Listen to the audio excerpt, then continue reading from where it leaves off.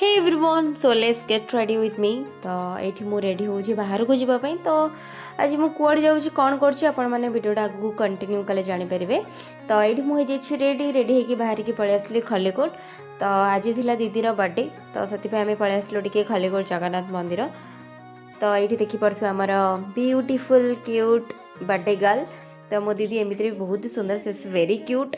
तापर आम दुज जाक पलि आसलु मंदिर भितर को माने ठाकुर को दर्शन करने। सेठू मु गोटे छोट फूलटे तोलिकी नहीं दीदी की देती जेहेतु दीदीर बर्थडे थिला। तो से टे फोटो उठेलु वीडियो बनइलु। तापर आम पलि आसलु घर को। तो बाटर आसला बेले आमको टे इच्छा है टे पैड़ पीवाई। तो आम बाटर गोटे जगह रहीकि पैड़ पीलु। देन आम बाहरी पड़ू घर को।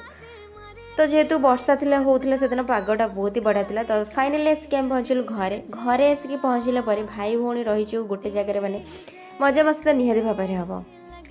जेहेतु से दिन थी दीदीर बर्थडे, तो से आम भाविलु कि दीदी की तो स्पेशल फील करने को ही पड़ो।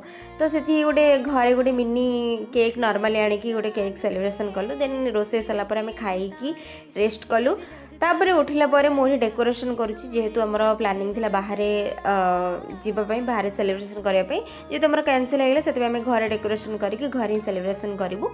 तो तापर आम बाहर की पलि आसलु केक पाई। तो यही फास्ट आम जो केक शॉप को आसलु ये एत डिजाइन गुड़ा भल लगुन। तो सेकेंड आम ये आसलु ये भी डिजाइन गुड़ा एत खास नाला। तो आम भाविलु ये किसी गोटे नहीं कि जीवरी माने आमको जमीका डिजाइन दरकार था सेमिका मिलला ना। जेहेतु वर्षा होती तो से दुकान प्राय बंद थिला। तो से जहाँ भी हो सेठू आम गोटे केक नहीं कि पलि आसलु।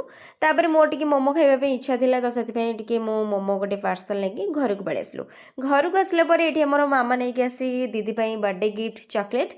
तापर आमर है cake cutting. So that is for watching. आज दिन एमती ही किसी थी। आई होप कि आपण मानकू मो ब्लॉग टी पसंद आसी। सो देखा नेक्स्ट मिनी ब्लॉग रे। Bye bye.